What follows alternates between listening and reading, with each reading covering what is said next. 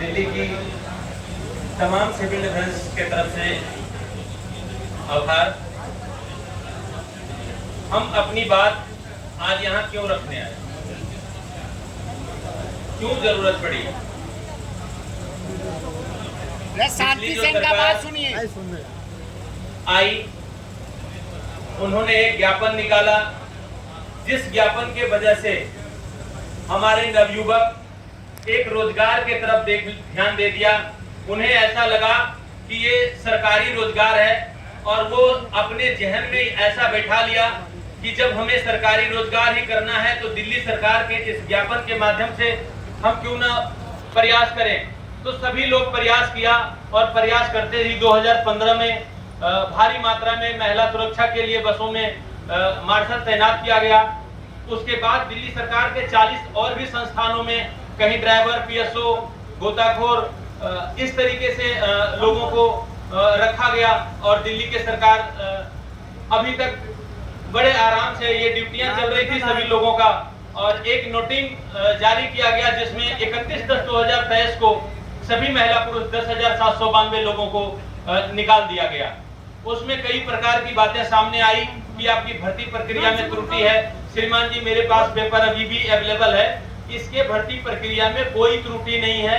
भर्ती प्रक्रिया में अगर त्रुटि हुई तो दिल्ली सरकार ने उस भर्ती प्रक्रिया को चालू नहीं किया है। ये भर्ती प्रक्रिया 2006 से चालू था, जब दिल्ली सरकार का जन्म भी नहीं हुआ था दिल्ली में, तब से दिल्ली सिविल डिफेंस काम कर रही थी, काफी संस्थानों में लगी हुई थी। जब दिल्ली सरकार आई और इसको भरपूर मात्रा में जितनी जरूरत थी उसको नहीं मिला तो सिविल डिफेंस से उठा के इस्तेमाल कर लिया, जिसका जानकारी हम लोगों के पास नहीं था कि हमारे साथ ऐसा भी हो सकता है।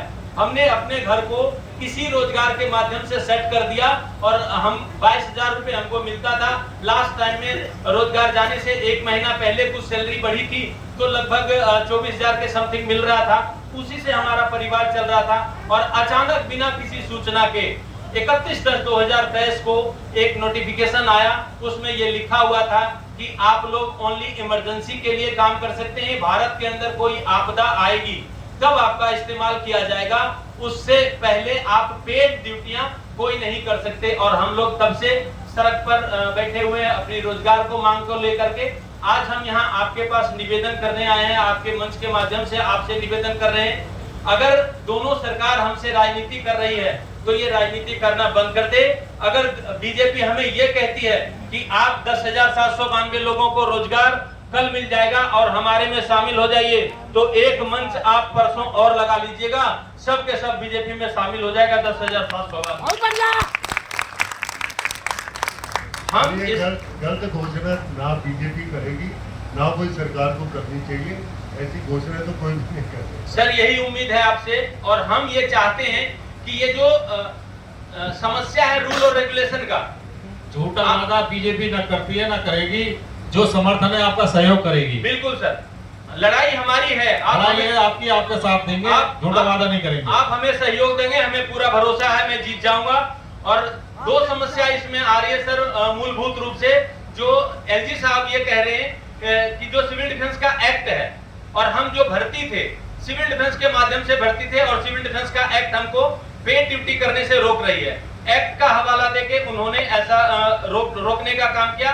और 2005 का डिजास्टर मैनेजमेंट एक्ट पर ये सर उसमें साफ साफ लिखा हुआ है ड्यूरिंग डिजास्टर और आफ्टर डिजास्टर सिविल डिफेंस का इस्तेमाल कर सकते हैं। तो दिल्ली सरकार कह रही है मैं ठीक हूँ, एलजी साहब कह रहे हैं मैं ठीक हूँ। इसमें सर हमारा समाधान तभी होगा, दोनों ठीक है, हमें किसी से कोई परेशानी नहीं है। लेकिन दिल्ली सरकार ने जो किया है, अगर शुरू में रेगुलेशन ठीक से हमारा बना देता, सही से हमारा सदुपयोग कर देता, तो हम जहां से उठा के हमें जहां डिप्लॉय किए थे हम उसके कर्मचारी आज होते, आज दर के ठोकरे नहीं खाते।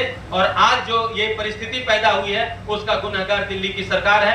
हम आपसे निवेदन करने आए हैं कि दोनों सरकार आमने सामने आ जाएं एक लीगल टीम को लेके और हमारी समस्या को समाधान दोनों सरकार मिलके कर दें और हम कहीं न कहीं डिप्लॉय हो जाएंगे।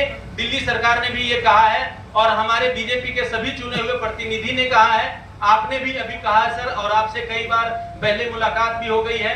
पूरी दमखम से हमारे रोजगार के पक्ष में आप लोग हैं, कोई नहीं चाहता कि गरीब परिवार को इतनी बड़ी परेशानियों का सामना करना पड़े।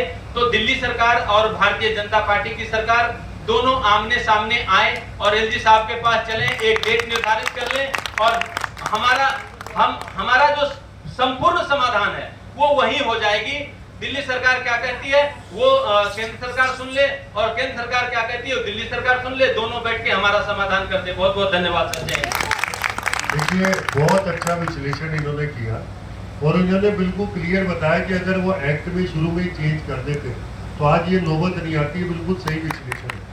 और आप ये भी देखिए कि यहाँ जितने भी लोग बैठे हैं सारे दिल्ली सरकार से रिलेटेड ही लोग हैं, क्योंकि केंद्र सरकार के भी लाखों एम्प्लॉय आज दिल्ली के अंदर है। इस चीज को समझ लो, केंद्र सरकार के सारे मंत्रालय दिल्ली में है, लेकिन किसी भी मंत्रालय के किसी कर्मचारी ने सड़कों पे आके कभी धरने की जरूरत पड़ी, वहां भी हजारों जो लोग हैं वो भी टेम्परेरी ड्यूटीज पे है, चाहे वो आपकी तरह सिविल डिफेंस से या किसी और चीज से। क्या कभी ऐसा हुआ कि केंद्र सरकार का एक भी व्यक्ति आके आज यहाँ क्यों नहीं, आज क्यों सिर्फ दिल्ली सरकार के? क्योंकि दिल्ली सरकार के अंदर जो बैठे लोग हैं उनकी नीयत ठीक नहीं है। पैसा भी है, पैसे की कमी नहीं है।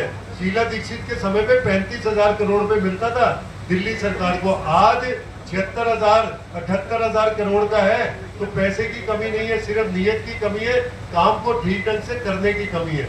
और जब पिछले 9-10 महीने से पता लग गया कि एक्ट के प्रोविजन के हिसाब से आप बस में वॉलंटियर्स नहीं रख सकते, अब तक चेंज होके और विधानसभा में प्रपोजल डाल के चेंज करने की पावर भी दिल्ली सरकार के पास है। केंद्र को कुछ नहीं करना है। केंद्र सरकार का एक नुमाइंदा जरूर बैठा है एलजी के